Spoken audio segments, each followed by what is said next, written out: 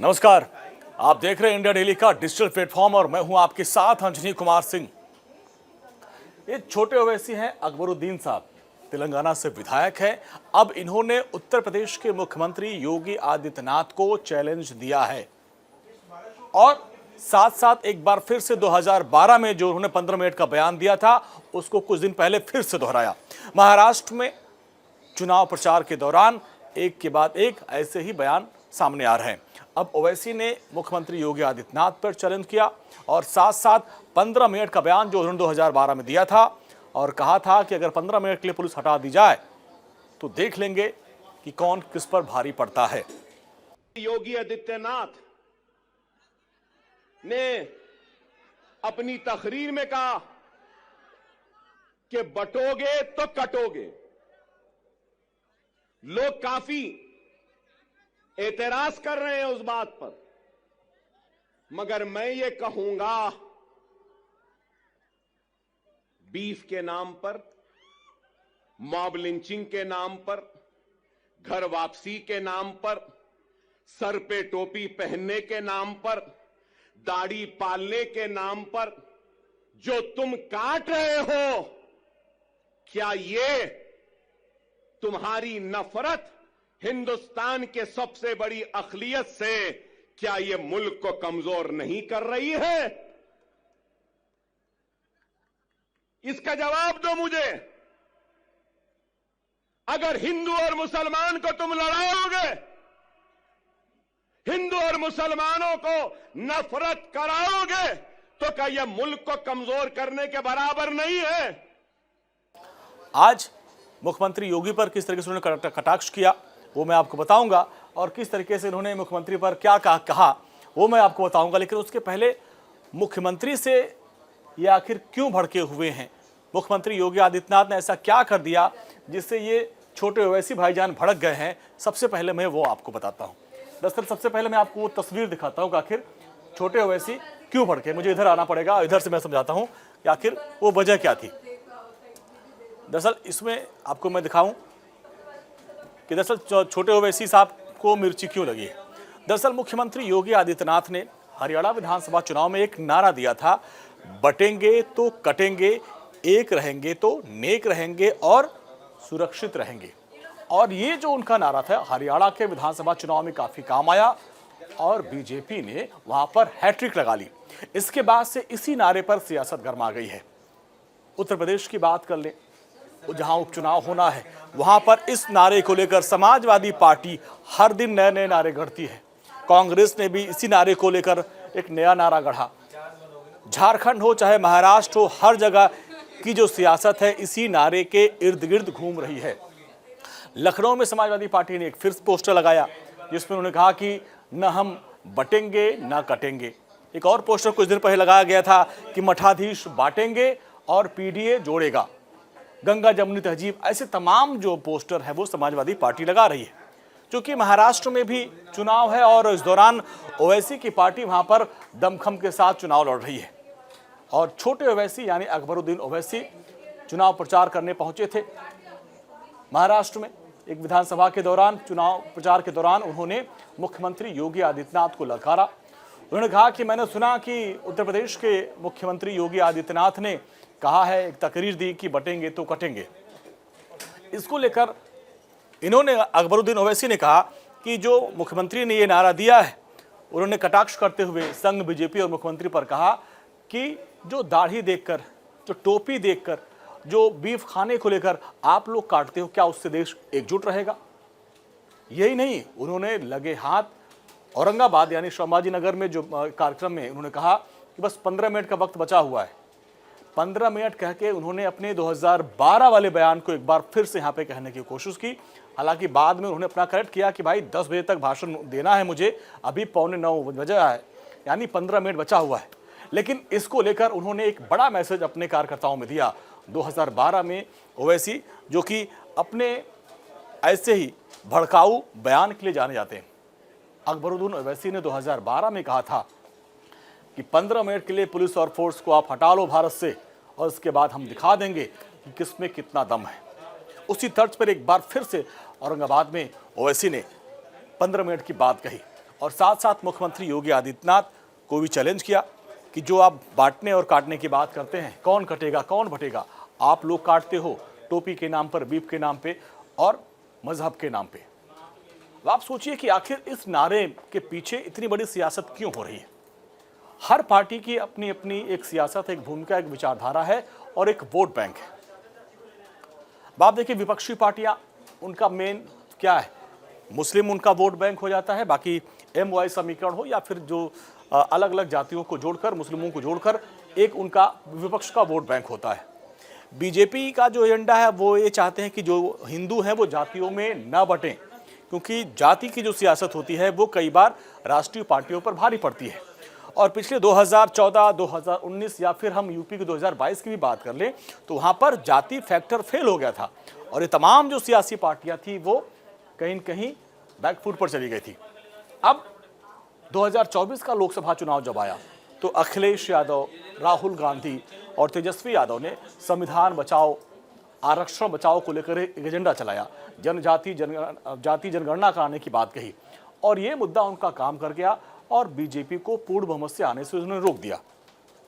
इसलिए अब जो है एक बार फिर से विपक्षी पार्टियां इस मुद्दे को उठा रही हैं और जबकि उनकी जाति जनगणना की काट के तौर पर ये जो भाषण है मुख्यमंत्री योगी आदित्यनाथ का कि बटेंगे तो कटेंगे, एक रहेंगे तो नेक रहेंगे, सुरक्षित रहेंगे, इसको माना जा रहा है। क्योंकि राहुल गांधी ने जातिगत जनगणना की बात कही और आज भी उन्होंने महाराष्ट्र में चुनाव प्रचार के दौरान कहा कि हम जाति जनगणना करवा के ही रहेंगे। जाति का जो कार्ड विपक्ष का है, विपक्ष चाहता है कि जो जातियां हैं वो बटें और मुस्लिम वोट एकमुश्त होकर इनके पास आ जाए और बीजेपी का खेल हम लोग रोक देंगे। बीजेपी का एजेंडा है कि हिंदुत्व के कार्ड पर चला जाए और हिंदुत्व के एजेंडे पे हिंदुत्व के सबसे बड़े पोस्टर बॉय यही हैं और इनके इस नारे को लेकर अब बीजेपी आगे बढ़ रही है, चाहे वो महाराष्ट्र हो, झारखंड हो या फिर यूपी उपचुनाव में। अब इसी नारे के इर्द गिर्द पूरी चुनावी सियासत आपको नजर आ रही है, जहां विपक्ष जो है जाति जनगणना की बात करके यानी जातियों को जो है तोड़ने की बात करता है, यानी हिंदू जातियों में बटे और उसके बाद मुस्लिमों का एक मुश्त वोट जो है इंडिया गठबंधन को पड़े, जैसा कि 24 में कुछ देखने को मिला था और जिससे कि कांग्रेस 99 सीट तक पहुंच पाई थी और अखिलेश यादव को उत्तर प्रदेश में सबसे बड़ी पार्टी के तौर पर चुन लिया गया था और इसके बाद से समाजवादी पार्टी भी उत्साहित है। अब उसी तर्ज पर अकबरुद्दीन जो ओवैसी हैं वो आ रहे हैं सामने और उन्होंने कहा है कि न बटेंगे न कटेंगे और योगी को कटाक्ष किया कि भाई काटने और बांटने वाले आप ही लोग। तो सबकी अपनी अपनी सियासत है, सबके अपने अपने वोट बैंक हैं, लेकिन इस वोट बैंक के खेल में आम जनता भी पिस रही है। अब हरियाणा में ये जो नारा था वो कामयाब हो गया, जिसके बाद से अब आप देखिए कि किस तरीके से ओवैसी भाईजान जो है वो इस मुद्दे पर अपनी सियासत चमका रहे हैं। दरअसल वो मुसलमानों की राजनीति करती है, मुस्लिमों के सबसे बड़े नेता बनना चाहते हैं, लेकिन उनको उनके कद के मुताबिक अभी तक उनकी पार्टी को सफलता नहीं मिल पाई। हाँ, इसके पहले बिहार विधानसभा चुनाव जब हुआ था तो उनमें कुछ उनके विधायक जीत के आए थे, हालांकि बाद में भी वो RJD में शामिल हो गए और वहां पे अब कोई नहीं बचा। अब महाराष्ट्र में चुनाव हो रहा है, ओवैसी की पार्टी के तमाम जो उम्मीदवार हैं वो महाराष्ट्र में ताल ठोक रहे हैं और पिछली बार भी चुनाव में उनके कई विधायक जीते थे और इस बार ओवैसी ब्रदर्स जो हमारे के स्टार प्रचारक है वो चाहते हैं कि मुसलमान एकजुट होकर उनकी पार्टी को वोट दें और फिर जो है वो महाराष्ट्र विधानसभा में ज़्यादा से ज़्यादा संख्या में पहुँच पाएँ। तो ये जो पूरी रणनीति है, बटेंगे तो कटेंगे, इसके अलावा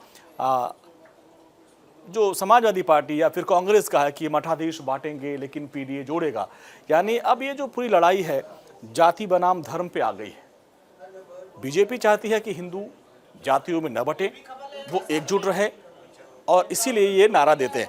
हालांकि मुख्यमंत्री योगी आदित्यनाथ ने भी कहा कि एक रहेंगे तभी हम लोग सुरक्षित रहेंगे, एकता में बल है।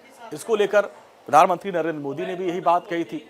हरियाणा विधानसभा चुनाव के बाद सीधे सीधे उन्होंने महाराष्ट्र में जब चुनावी सभा का आगाज किया तो उन्होंने यही बात कही थी कि एक रहने में ये फायदा है, जब जब बटे हैं तब तब कटे हैं, एकता की बात कही। अब इसको संघ का समर्थन मिल गया। संघ ने भी कहा कि ये जो एकता की बात है ये बहुत बड़ी बात है, क्योंकि जब आप उन्होंने कई किस्से जो लोक कहानियां हैं कि एक बार जो है एक राजा ने एक लकड़ी दी तो लकड़ी को तोड़ दिया, 2 लकड़ी दी नहीं तोड़ पाया, 5 लकड़ी दी तो उन्होंने नहीं तोड़ पाए। तो एकता की बात कही थी और उसी एकता को मुख्यमंत्री योगी आदित्यनाथ करने की बात कर रहे हैं, लेकिन ओवैसी ने उसको अपने तरीके से लिया। ओवैसी ने कह रहे हैं कि भाई ये लोग जो है हिंदू मुसलमान करते हैं और वो हिंदुओं और मुसलमानों को आपस में बांट रहे हैं और इसलिए ये कटेंगे तो बटेंगे की बात कर रहे हैं। समाजवादी पार्टी ने भी कहा, अरविंद जी आइए, ये जो चर्चा चल रही है इसमें आप आइए, क्योंकि अब इसमें छोटे ओवैसी भाईजान भी कूद गए हैं। लेकिन क्या ये जो नारा हरियाणा में कामयाब हुआ था, क्या इसी नारे के इर्द गिर्द चाहे महाराष्ट्र हो, झारखंड या उत्तर प्रदेश उपचुनाव की सियासत घूम रही है क्या? देखिए, जिस तरीके से उत्तर प्रदेश में लोकसभा चुनाव के नतीजे आए और हाँ। बीजेपी की उम्मीदों के उलट आए, हाँ, उसके बाद ये माना जा रहा था कि जो ध्रुवीकरण जिसके लिए बीजेपी और समाजवादी पार्टी दोनों उत्तर प्रदेश में कुख्यात हैं, हाँ। या एक बड़ी पहचान रखती हैं, हाँ। उसमें ये माना गया कि कहीं ना कहीं बीजेपी इस मोर्चे पर पीछे रह गई समाजवादी पार्टी से। हाँ। और उसके बाद ये महसूस किया गया कि दलितों के नाम पे या दूसरी जातियों के नाम पे ये चीज़ हुई कि वोटों का बंटवारा हो गया और वो शिफ्ट कर गया समाजवादी पार्टी या गठबंधन की तरफ, जिसमें कांग्रेस भी बहुत अच्छी स्थिति में आ चुकी थी जी। तो इसी वजह से लगातार इस बात को बीजेपी ने महसूस किया कि अगर अब उसने वापसी करनी है, उसको वापस अपने परफॉर्मेंस को दोहराना है, तो उसके लिए उसको जातियों का जो समीकरण है उसको फिर से साधना पड़ेगा। और जो अन्य पिछड़ी जातियां, यादव को छोड़ के उत्तर प्रदेश में और जाटों को छोड़कर उस तरह की दलित में, हाँ। उस तरह की जो जातियां हैं उनको वापस लाना अच्छा, पड़ेगा। अभी मैंने देखा था कि 14 में, 19 में, यहाँ तक कि 2022 में भी जो जाति फैक्टर था ये काम नहीं आया था और इसी वजह से ये जो पार्टियां हैं शायद नेपथ्य में चली गई थी। अब उनको लग रहा है कि जब तक जाति वाला एंगल नहीं चलेगा, इसलिए जातिगत जनगणना वाला एंगल कार्ड उनका 24 में काम कर गया था, उसी की काट ये नारा है क्या? देखिए, आपने 2014-2019 की बात की। 2014 के अगर हम चुनावों को देखें, जो चुनाव हुए लोकसभा के और जो बीजेपी को बहुत बड़ी जीत मिली थी उत्तर प्रदेश में, आपको याद होगा अमित शाह उस चुनाव के प्रभारी थे हाँ। उत्तर प्रदेश के। और उन्होंने आते ही सबसे पहले जो काम किया था वो ये काम किया था कि उन्होंने लिस्ट निकाली जो पुरानी रिजल्ट की थी, और उसमें उन्होंने ये देखा कि कौन कौन सी पार्टियां जो जात के नाम पर हैं या नेता जो एक संगठन एक जाति के जुड़े नेता हुए हैं, हाँ। और कितना उनका वोट परसेंटेज था और कितने उनको वोट लोकसभा चुनाव में या विधानसभा चुनाव में मिले, उस आधार पे उन्होंने देखा कि अगर वो 5-10 हज़ार या 1%, 2% का भी कहीं इधर उधर करते हैं तो उन्होंने उनको बीजेपी के साथ जोड़ लिया, सबको जोड़ लिया। हाँ। और यानी जिनकी एक सीट पे भी प्रभुत्व है उसको भी जोड़ लिया। हाँ, उसको भी जोड़ लिया उन्होंने। इस तरीके से उन्होंने पूरी बीजेपी की किलेबंदी की। और निषाद पार्टी हो चाहे राजभर हो, अपना दल हो, राजभर भी, बल्कि हाँ सही कहा आपने, राजभर भी उसी में आते हैं। इस तरीके से उन्होंने जातियों के जो छोटे छोटे पॉकेट्स वाले इलाके थे उनको अपने साथ किया और नेताओं को अपने साथ ले लिया, जिसका नतीजा ये हुआ कि उत्तर प्रदेश में बम्पर जीत उनको मिली। सेम पैटर्न पे उन्होंने 2019 में भी किया और 22 में भी, 22 में विधानसभा चुनाव में तो खैर योगी भी एक बहुत बड़े फैक्टर बन चुके थे। लेकिन कहा जाता है कि जाति धर्म से, जात से ऊपर उठ के लोगों ने वहां पर वोट किया था। बिल्कुल। तो इसीलिए समाजवादी पार्टी हो, आरजेडी हो, पीछे चली गई थी क्या? और दोबारा फिर उनको जातिगत जनगणना पे आना पड़ रहा है? नहीं, 2022 के चुनाव में अगर हम वोटों की बात करें तो समाजवादी पार्टी, अगर याद हो आपको, 2017 से 2022 में उसने बहुत अच्छा खासा प्रदर्शन किया था। हाँ, इसलिए गेन किया था। लेकिन वो वहाँ पर क्या था कि योगी आदित्यनाथ की छवि के आगे जो है वो थोड़ा सा, और दूसरी चीज़ जो बार बार बीजेपी भी कहती है और ये उत्तर प्रदेश का नागरिक भी कहता है कि जो कानून व्यवस्था का मुद्दा है उस पर कहीं ना कहीं बाकी सरकारों से योगी आदित्यनाथ भारी पड़ते हैं। और कानून व्यवस्था का मुद्दा, लेकिन ये जो नारा अरविंद भाई, हरियाणा में हम लोग भी यही बात कर रहे थे कि हरियाणा में बीजेपी वापसी नहीं करेगी। कहा जा रहा है कि ये जो नारा था ये बहुत बड़ा फैक्टर वहां पे हुआ, जिसके बाद से चाहे प्रधानमंत्री मोदी हो चाहे संघ हो, इस नारे की बात कर रहे हैं कि बटेंगे तो कटेंगे। देखिए, इस हरियाणा के अगर चुनाव की बात करेंगे तो हरियाणा में ये बात इसलिए कहनी पड़ी कि कांग्रेस ने जो तैयारी की थी उसमें उसने जाटों को एक बहुत बड़ा आधार बना लिया। हाँ, और बीजेपी ने गैर जाट, हाँ, यही चालाकी की वहाँ पे कि जाटों को छोड़ के उसने बाकी सबको साथ लिया, यहाँ तक कि अहिरवार में भी सिर लगा दी। हाँ, और ये चीज़, यही चीज़ थी जिसको उन्होंने किया और नतीजा क्या रहा कि वो तीसरी बार सत्ता में वापस आ गए, जो कि रिकॉर्ड है अपने आप। लेकिन महाराष्ट्र में भी बड़ी संख्या मुस्लिम रहते हैं और झारखंड में भी, तो वहाँ पे ये नारा कितना कारगर होगा, क्योंकि इस पे ओवैसी साहब भी बोल रहे हैं। और लखनऊ वाली खबर तो अभी आपने चलाई कि वहाँ पे हर दिन पोस्टर छप रहे हैं समाजवादी पार्टी के। देखिए, आप भी तजुर्बेकार हैं उत्तर प्रदेश के, और उत्तर प्रदेश के बारे में कहा जाता है कि बच्चा बच्चा राजनीति को समझता है।